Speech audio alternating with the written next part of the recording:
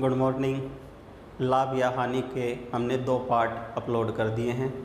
अगर आप लोगों ने उन 2 पार्ट को नहीं देखा तो पहले जाइए और उन 2 पार्ट को देखिए, क्योंकि शुरुआत से अगर आप कोई चीज़ करते हो तो आपको और अच्छे से समझ में आएंगी।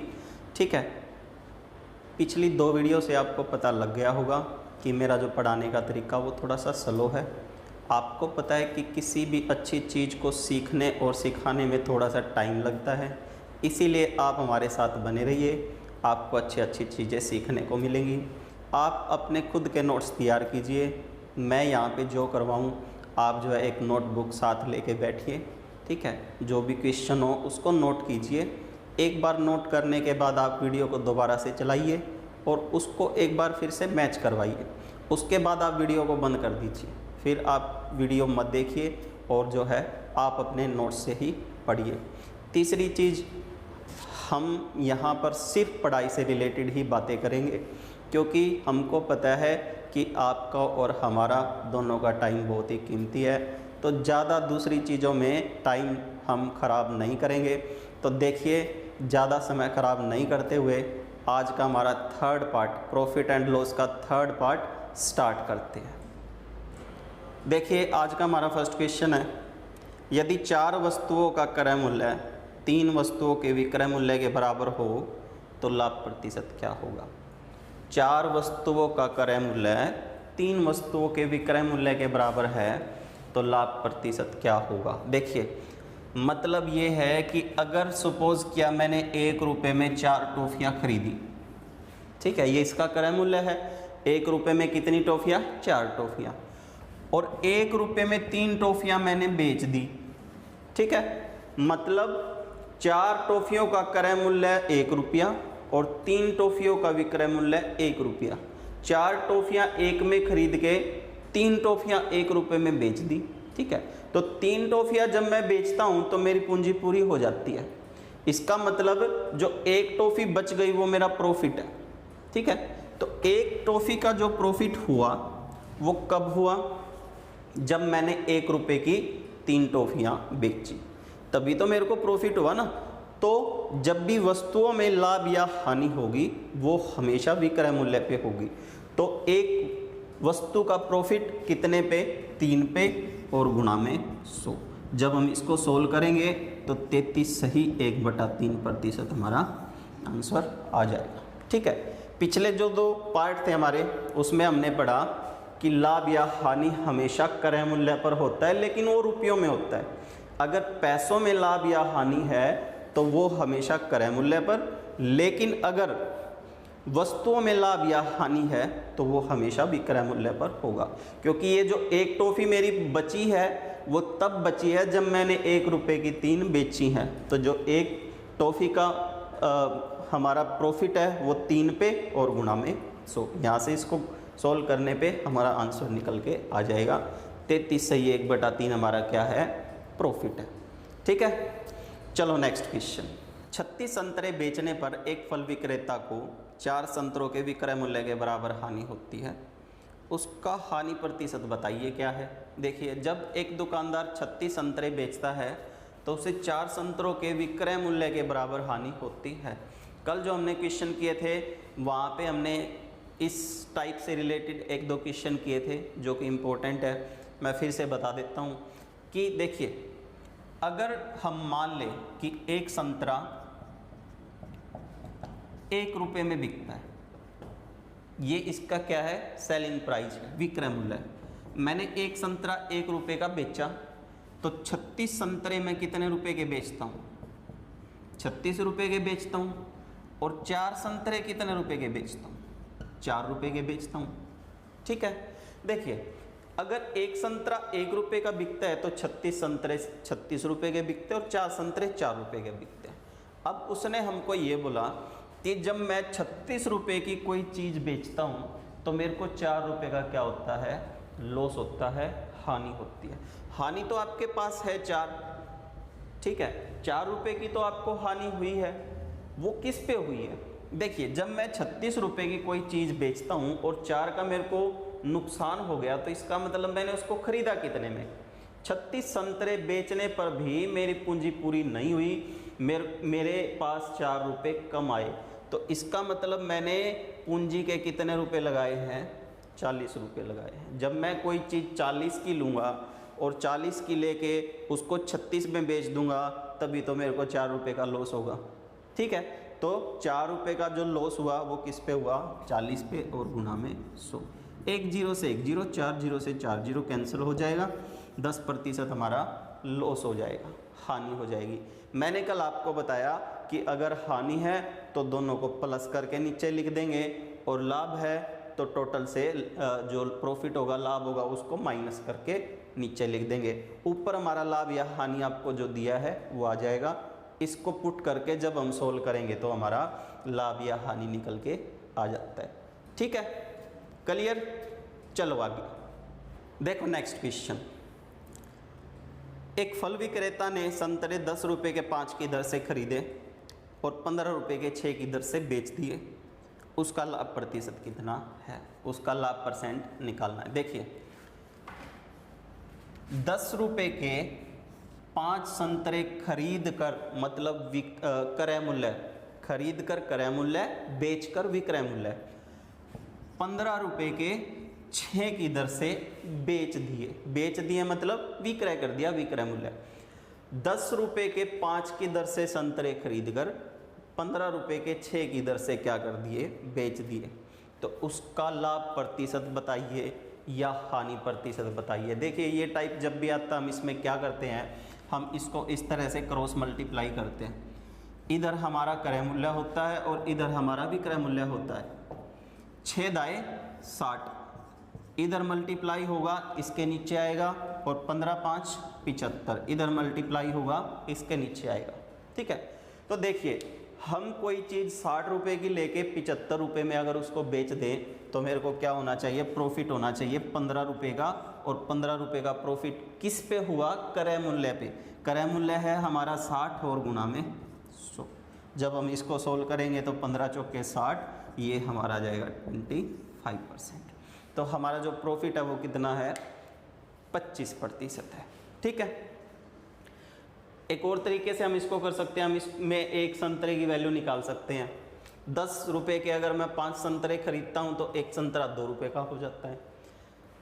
15 रुपये के 6 संतरे बेचता हूं तो एक संतरा 2.5 रुपये का बिक जाएगा। 2 रुपये की कोई चीज़ लेके 2.5 रुपये में अगर मैं बेच देता हूं तो इसका मतलब मेरे को 0.5 रुपये का क्या हो जाएगा, प्रॉफिट हो जाएगा। कितने पे हो जाएगा, 2 पे, और गुना में 100। जब हम इसको सोल्व करेंगे तो आपका यही निकल के आएगा। ठीक है, तो आप दोनों में से किसी से भी कर सकते हो। अगर आप इससे करोगे तो आपके लिए अच्छा है, क्योंकि जो है बहुत सारे क्वेश्चन होते हैं जहाँ पे ये वैल्यू बन नहीं पाती, कुछ पॉइंटों में जाता है, तब हम जो है उसको करने में थोड़ा सा हमको प्रॉब्लम होता है। तो इसीलिए हम इस तरह से करेंगे, ये हमारा जो है ईजिली निकल जाता है। बस आपको याद रखना है कि इधर से मल्टीप्लाई होके नीचे आएगा और इधर से मल्टीप्लाई होके इधर आएगा। इधर क्रय मूल्य, इधर विक्रय मूल्य। ठीक है, सेम क्वेश्चन एक और लेते हैं, फिर आगे चलते हैं। देखिए नेक्स्ट क्वेश्चन। रवि ने कुल टॉफियाँ 1 रुपये की 2 की दर से खरीद कर 1 रुपये की 5 की दर से बेच दी। उसे कितने प्रतिशत लाभ अथवा हानि होगी। देखिए रवि ने क्या किया, 1 रुपये की 2 टॉफियाँ खरीदी, ठीक है, और 1 रुपये की 5 टॉफियाँ बेच दी। 1 रुपये की 2 की दर से खरीद कर 1 रुपये की 5 की दर से बेच दी। तो वही हम क्रॉस मल्टीप्लाई करेंगे, 5 एकम 5 हो गया और 2 एकम 2 हो गया। 5 रुपये की कोई चीज़ खरीद के 2 रुपये में बेच दें तो 3 रुपये का लॉस होगा। कितने पे होगा, 5 रुपये पे, और गुना में 100। जब हम इसको सोल्व करेंगे तो 20 मल्टीप्लाई 3, 60% हमारा लॉस आ जाएगा। क्योंकि अगर 5 रुपये की आप कोई चीज़ खरीदते हो और उसको 2 रुपये में बेच देते हो तो 3 रुपये का आपको क्या है, हानि है। ठीक है, चलिए नेक्स्ट टाइप देखिए। 1 रुपये के 20 की दर से बटन बेचने पर एक व्यक्ति को 4% की हानि होती है। 20% लाभ कमाने के लिए 1 रुपये के कितने बटन उसको बेचने होंगे। देखिए जब वो 1 रुपये के 20 बटन बेचता है तो उसको 4% का लॉस होता है। 1 रुपये के 20 बटन, आप समझिए 1 रुपये मतलब 100 पैसे। 100 पैसे में अगर वो 20 बटन बेचता है तो इसका मतलब एक बटन 5 पैसों का बेचता है। 5 पैसे क्या है उसका सेलिंग प्राइस, विक्रय मूल्य, 5 पैसे उसका विक्रय मूल्य है। ठीक है, तो हम इसको पुट करेंगे इक्वेशन पे। 1 रुपये के 20, यहाँ से हम एक बटन की वैल्यू निकाल लेंगे जैसे हमने यहाँ पे निकाला, लेकिन हमने यहाँ पे 1 रुपये को ही रख लिया। ठीक है, तो 1 रुपये के 20 की दर से जब वो बटन बेचता है तो उसे 4% की हानि होती है। हानि होती है, विक्रय मूल्य है, सबसे पहले तो हमको क्रय मूल्य निकालना पड़ेगा।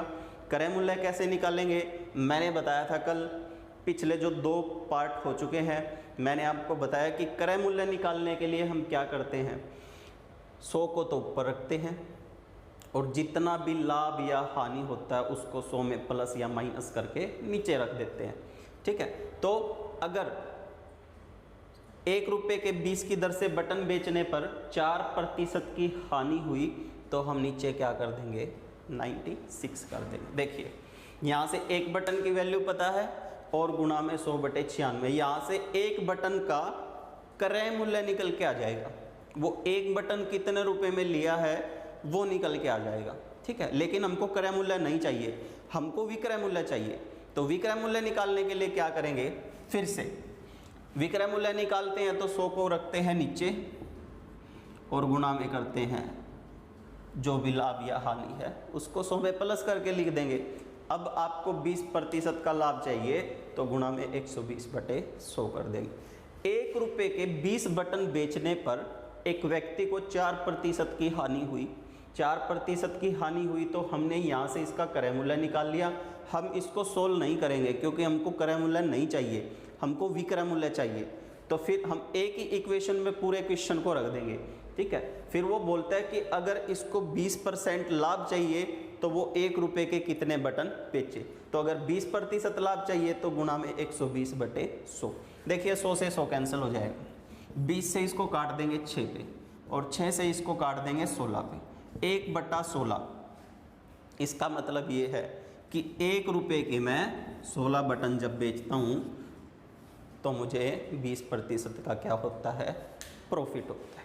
ठीक है, अगर 1 रुपये के 20 बटन बेचता हूँ तो मुझे 4% की हानि होती है और 1 रुपये के 16 बटन बेचता हूँ तो मुझे 20% का प्रॉफिट होता है।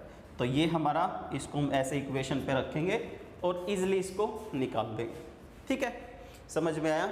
अगर आपको कोई भी क्वेश्चन समझ में नहीं आता तो आप उसको फिर से देखिए। ठीक है, रिवाइंड कीजिए वीडियो को और फिर से देखिए। जब आप 1-2 बार इसको देखोगे तो आपको आराम से समझ में आएगा। और कोई भी डाउट अगर रह जाएगा आपका तो आप जो है नीचे कमेंट में लिख सकते हो। देखिए नेक्स्ट क्वेश्चन क्या है। 40 रुपये के 45 आम बेचने पर एक फल विक्रेता को 20% हानि होती है।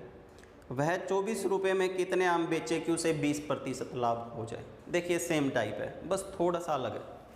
40 रुपये के 45 आम बेचता है, विक्रय मूल्य है, तो मैं एक आम का क्या निकाल लेता हूँ, विक्रय मूल्य निकाल लेता हूँ। ठीक है, 40 रुपये के 45 आम, ऊपर रुपये हैं नीचे आम है। जब वो 40 रुपये के 45 आम बेचता है तो उसे 20% की हानि होती है। तो हम पहले क्रय मूल्य निकाल लेंगे। उसने एक आम कितने रुपए का खरीदा है तो ये निकाल लेते हैं। तो क्रय मूल्य निकालने के लिए हम क्या करते हैं, 100 को ऊपर रखते हैं और अब इसको हानि हुई है 20% की तो 100 से 20 को लेस करके नीचे लिख देंगे 80। ठीक है, तो यहाँ से क्या निकल के आ जाएगा, एक आम का क्रय मूल्य आ जाएगा। फिर वो बोलता है कि 24 रुपये में कितने आम बेचूं कि उसे 20% का लाभ हो जाए। देखिए पहले हम इसको 20% का लाभ दे देते हैं कि ये कितने रुपए के कितने आम बेचे कि इसे 20% का क्या हो जाए, प्रॉफिट हो जाए। और 20% प्रॉफिट के लिए हम क्या करेंगे, अब की बार हमको निकालना है विक्रय मूल्य। विक्रय मूल्य निकालेंगे तो 120 ऊपर रख देंगे, 100 नीचे रख देंगे। यहाँ से इसका 20% प्रॉफिट आ जाएगा और हमको पता लग जाएगा कि ये कितने रुपए के कितने आम बेचे कि इसे 20% का प्रॉफिट हो जाए। तो 100 से 100 कैंसिल हो जाएगा, 40 से इसको काट देंगे 2 पे, 2 से इसको काट देंगे 60 पे और 15 से इसको कैंसिल कर देंगे। 15 चौके 60 और 15 तिये 45। 4 रुपये के 3 आम। अगर ये 4 रुपये के 3 आम बेचता है तो इसको प्रॉफिट होगा 20% का। लेकिन इसने हमको पूछा है 24 रुपए के कितने आम बेचे। देखिए 4 रुपए के 3 आम बेचता है तो प्रॉफिट होता है 20% का, तो 1 रुपए के कितने आम बेचेगा बटे में 4, ठीक है, और 24 रुपए के कितने आम बेचेगा गुणा में 24। इस इक्वेशन को सोल्व कर देते हैं, 4 6 24 और 6 3 18, तो 24 रुपए के 18 आम इसको बेचने पड़ेंगे, तब जाके इसका प्रॉफिट कितना होगा 20% होगा, ठीक है। तो ये सेम टाइप था हमारा, ये दोनों क्वेश्चन सेम टाइप थे, बस थोड़ा सा डिफरेंस था। इंपॉर्टेंट टाइप है, एग्जाम में बहुत ज़्यादा पुट किया जाता है, ठीक है। तो देखिए नेक्स्ट क्वेश्चन, एक गवाला 13.5 रुपये प्रति लीटर की दर से दूध खरीद कर उसमें पानी मिलाता है। इस मिश्रण को क्रय मूल्य पर बेचने पर उसे 20% लाभ होता है। 1 लीटर दूध में वह कितना पानी मिलाता है। देखिए एक गवाला है, दूध बेचने वाला है, पहले वो दूध को खरीदता है 13.5 या 13.5 रुपये प्रति लीटर, 1 लीटर 13.5 रुपये का खरीदता है क्रय मूल्य, 13.5 रुपये का 1 लीटर खरीद लेता है, फिर वो उसमें कुछ पानी मिला देता है और पानी मिला के क्रय मूल्य पर ही बेच देता है। अगर क्रय मूल्य पर ही बेच देता है, देखिए हम इसमें कुछ भी नहीं करेंगे, हमको इसको पेन भी लगाने की ज़रूरत नहीं है, आप बस स्टेटमेंट को समझिए। उसने बोला क्या है हमको, क्रय मूल्य पर खरीद के क्रय मूल्य पर ही बेच दिया, मतलब 13.5 रुपये में खरीद के 13.5 रुपये में बेच दिया। अगर कोई चीज़ आप क्रय मूल्य पे खरीद के क्रय मूल्य पे ही बेच दोगे तो आपको न तो प्रॉफिट होगा और न ही लॉस होगा, ठीक है। फिर भी ये बोलता है कि इसको 20% का लाभ हुआ। अगर 20% का लाभ हुआ तो इसका मतलब क्या किया, इसने पानी मिलाया है। हम सपोज करते हैं कि 100 रुपये पर लीटर हमारा दूध है, 100 रुपये पर लीटर हमारा क्या है, दूध है, ठीक है। मैंने प्योर दूध खरीद लिया 1 लीटर और फिर उसमें आधा लीटर पानी मिला दिया, ठीक है। तो मैंने 100 रुपये का 1 लीटर दूध खरीदा और अब मैंने अगर उसमें आधा लीटर पानी मिला दिया तो अब मेरे पास कितना दूध है, 1.5 लीटर या 1.5 लीटर। देखिए पानी की कोई वैल्यू नहीं होती, दूध में मिलने से पहले पानी 0 था, लेकिन दूध में मिलते ही पानी की वैल्यू दूध के समान हो गई, ठीक है। तो अगर मैं अब इसको बेच दूं इसके क्रय मूल्य पर 100 रुपये पर लीटर में खरीद के 100 रुपये पर लीटर में ही बेच दिया, तो ये जो मिश्रण है 1.5 लीटर, ये कितने का बिकेगा, 150 रुपये का बिकेगा और 50 रुपये मेरा क्या हो जाएगा, प्रॉफिट हो जाएगा। देखिए इसका मतलब क्या किया, मैंने रुपयों में प्रॉफिट नहीं लिया, मैंने प्रॉफिट रुपयों में नहीं लिया, मैंने प्रॉफिट लिया है उसमें पानी ऐड करके, ठीक है। तो इसका मतलब ये है कि मैं जितना भी पानी मिलाऊंगा उतना ही प्रॉफिट होगा, या जो भी प्रॉफिट होगा उतना ही मैंने पानी मिलाया है। अगर इसको यहाँ पे 20% का प्रॉफिट हुआ है तो मैंने 1 लीटर में 20% ही पानी मिलाया है। तो अगर 1 लीटर में या 1000 ml में, लीटर से मिलीलीटर में चेंज कर लेंगे, हमने 20% पानी मिलाया है, तो इसका मतलब ये है कि उसमें पानी की वैल्यू कितनी है, 200 ml। यही हमसे पूछा गया है, ठीक है। क्योंकि जितना भी प्रॉफिट होगा अगर वो क्रय पे लेके क्रय पे ही बेच देता है, 13.5 रुपये का लेके 13.5 में ही बेच देगा, तो इसका मतलब उसको रुपयों में प्रॉफिट नहीं होगा, उसको प्रॉफिट होगा कब, जब वो उसमें क्या करेगा, पानी मिलाएगा। तो पानी ही क्या है, उसका प्रॉफिट है। जितना पानी मिलाएगा उतना ही प्रॉफिट उसको होता जाएगा, या जितना भी उसका प्रॉफिट होगा उतना ही उसने उसमें पानी मिलाया। अगर उसका 20% प्रॉफिट है तो उसने एक लीटर में 20% पानी मिलाया है। 10% प्रॉफिट हुआ तो 10% पानी मिलाया है। 50% प्रॉफिट हुआ तो 50% पानी मिलाया।